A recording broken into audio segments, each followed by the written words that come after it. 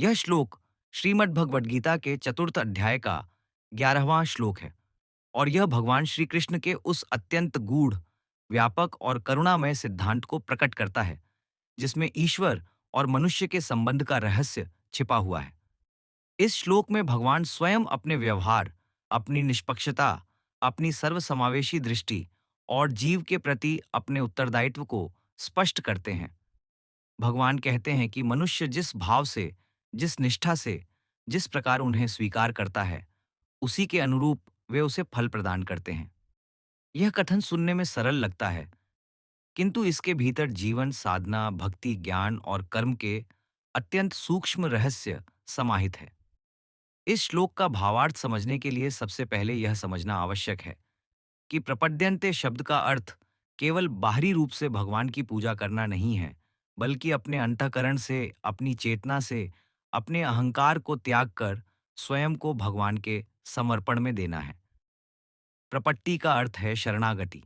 जब कोई व्यक्ति भगवान की शरण में जाता है, तो वह केवल उनसे कुछ मांगने नहीं जाता, बल्कि अपने जीवन की दिशा, अपने कर्मों का भार और अपने अहंकार को भी उनके चरणों में अर्पित कर देता है। भगवान कहते हैं कि जो जिस भाव से मेरी शरण में आता है, मैं भी उसी भाव से उसे स्वीकार करता हूँ। यहाँ भगवान यह स्पष्ट कर रहे हैं कि वे किसी एक विशेष मार्ग, किसी एक विशेष संप्रदाय या किसी एक विशेष प्रकार की साधना तक सीमित नहीं हैं।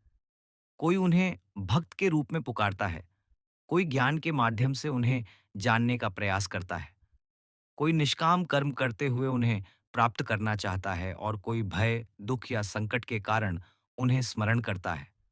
भगवान सभी को स्वीकार करते हैं, परंतु प्रत्येक को उसी मार्ग के अनुसार फल प्रदान करते हैं, जिस मार्ग को उसने चुना है। यह ईश्वर की पक्षपातहीनता और न्याय का सर्वोच्च उदाहरण है। मनुष्य स्वभावतः विविध है। उसकी प्रवृत्तियां, उसकी इच्छाएं, उसकी मानसिक स्थिति और उसकी समझ अलग-अलग होती है। कोई भावनात्मक होता है, कोई तर्क प्रधान, कोई कर्मशील तो कोई चिंतनशील। भगवान श्री कृष्ण इस श्लोक में यह स्वीकार करते हैं कि सभी मनुष्य एक जैसे नहीं हो सकते और न ही सभी के लिए एक ही मार्ग उपयुक्त हो सकता है। इसलिए वे कहते हैं कि मनुष्य मेरे मार्ग का अनुसरण करते हैं, अर्थात मैं जो मार्ग दिखाता हूं उसी पर चलकर वे मुझे प्राप्त करते हैं। लेकिन उस मार्ग की अनुभूति और परिणाम उनके अपने भाव और प्रयास पर निर्भर करता है। इस श्लोक में एक अत्यंत महत्वपूर्ण संदेश यह भी है कि ईश्वर दूर बैठकर किसी को दंड देने या पुरस्कार देने वाला कोई कठोर न्यायाधीश नहीं है, बल्कि वह जीव की आंतरिक भावना के प्रति अत्यंत संवेदनशील है। यदि कोई व्यक्ति ईश्वर को केवल एक इच्छा पूर्ति का साधन मानता है, तो उसे उसी प्रकार का फल मिलता है। यदि कोई व्यक्ति ईश्वर को अपने जीवन का लक्ष्य, अपना प्रिय, अपना सर्वस्व मानता है, तो उसे ईश्वर की निकटता, प्रेम और आत्मिक शांति प्राप्त होती है। ईश्वर स्वयं को वैसे ही प्रकट करते हैं, जैसा भक्त उन्हें देखना चाहता है।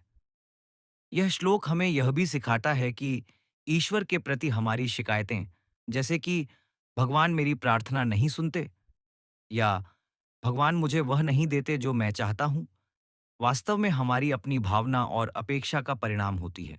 भगवान कहते हैं कि मैं तो तुम्हें उसी प्रकार भजता हूँ, जिस प्रकार तुम मुझे भजते हो। यदि हमारा भजन स्वार्थ से भरा है, तो हमें सीमित फल मिलेगा। यदि हमारा भजन प्रेम, विश्वास और समर्पण से भरा है, तो हमें असीम अनुभूति प्राप्त होगी। यहाँ मम वर्त्म शब्द अत्यंत गूढ़ है। इसका अर्थ है मेरा मार्ग। भगवान के मार्ग का अर्थ कोई एक निश्चित रास्ता नहीं है, बल्कि वह चेतना की वह दिशा है जो सत्य, धर्म और आत्मिक उन्नति की ओर ले जाती है। जब भगवान कहते हैं कि मनुष्य मेरे मार्ग का अनुसरण करते हैं, तो इसका अर्थ यह है कि सभी मनुष्य अंततः उसी सत्य की खोज में लगे हैं, चाहे वे इसे किसी भी नाम से पुकारें। कोई सत्य को ईश्वर कहता है, कोई आत्मा, कोई ब्रह्म, कोई न्याय, कोई प्रेम, परंतु मूल लक्ष्य एक ही है। इस श्लोक के माध्यम से भगवान यह भी स्पष्ट करते हैं कि संसार में जो भी मार्ग है, वे सब अंततः उन्हीं की ओर जाते हैं। कोई सीधा जाता है, कोई घुमावदार रास्ते से, कोई धीरे धीरे, कोई तेजी से, परंतु गंतव्य वही है। यह विचार अत्यंत व्यापक और उदार है, जो धार्मिक संकीर्णता को समाप्त करता है। यह हमें सिखाता है कि किसी अन्य मार्ग या साधना को तुच्छ समझना ईश्वर को समझने की भूल है, क्योंकि ईश्वर स्वयं सभी मार्गों में विद्यमान है। यह श्लोक मानव जीवन की जिम्मेदारी भी स्पष्ट करता है। भगवान यहाँ यह नहीं कह रहे कि वे मनुष्य को बिना प्रयास के सब कुछ दे देंगे। वे कहते हैं कि जैसा तुम प्रयास करते हो, जैसा भाव रखते हो, वैसा ही परिणाम तुम्हें मिलता है। इसका अर्थ है कि मनुष्य अपने जीवन का निर्माता स्वयं है। ईश्वर केवल उत्तर देते हैं। यदि हम अपने जीवन में दुख, अशांति और असंतोष का अनुभव करते हैं, तो हमें यह देखना चाहिए कि हमारा भाव, हमारी दृष्टि और हमारी साधना कैसी है। इस श्लोक का एक गहरा मनोवैज्ञानिक अर्थ भी है। मनुष्य जैसा सोचता है, जैसा विश्वास करता है, वैसा ही उसका अनुभव बनता है। यदि कोई व्यक्ति ईश्वर को कठोर और दंड देने वाला मानता है, तो उसका जीवन भय और अपराधबोध से भरा रहेगा। यदि कोई ईश्वर को प्रेममय, करुणामय और सहायक मानता है, तो उसका जीवन विश्वास और शांति से भर जाएगा। भगवान यहाँ यह रहस्य खोलते हैं कि ईश्वर की अनुभूति वास्तव में हमारे अपने अंतःकरण का प्रतिबिंब होती है। यह श्लोक अर्जुन के माध्यम से समस्त मानवता को संबोधित करता है। पार्थ शब्द का प्रयोग करके भगवान यह बताते हैं कि यह ज्ञान केवल अर्जुन के लिए नहीं, बल्कि हर उस मनुष्य के लिए है जो जीवन के युद्ध में खड़ा है। हर व्यक्ति अपने अपने संघर्षों, प्रश्नों और दुविधाओं से जूझ रहा है। भगवान उसे आश्वस्त करते हैं कि वह अकेला नहीं है। यदि वह सच्चे भाव से भगवान की ओर बढ़ेगा, तो भगवान भी उसी भाव से उसकी ओर बढ़ेंगे। इस श्लोक में भक्ति का अत्यंत संतुलित स्वरूप दिखाई देता है। यहाँ न तो अंधभक्ति का समर्थन है और न ही अहंकारी ज्ञान का। यहाँ प्रेम, प्रयास और समझ का समन्वय है। भगवान ये नहीं कहते कि केवल मेरी पूजा करो, बल्कि वे कहते हैं कि जिस मार्ग पर तुम चल रहे हो, यदि उसमें सच्चाई है, तो वह भी मेरा ही मार्ग है। यह विचार मनुष्य को आत्मविश्वास देता है और उसे अपने स्वभाव के अनुसार आगे बढ़ने की स्वतंत्रता देता है।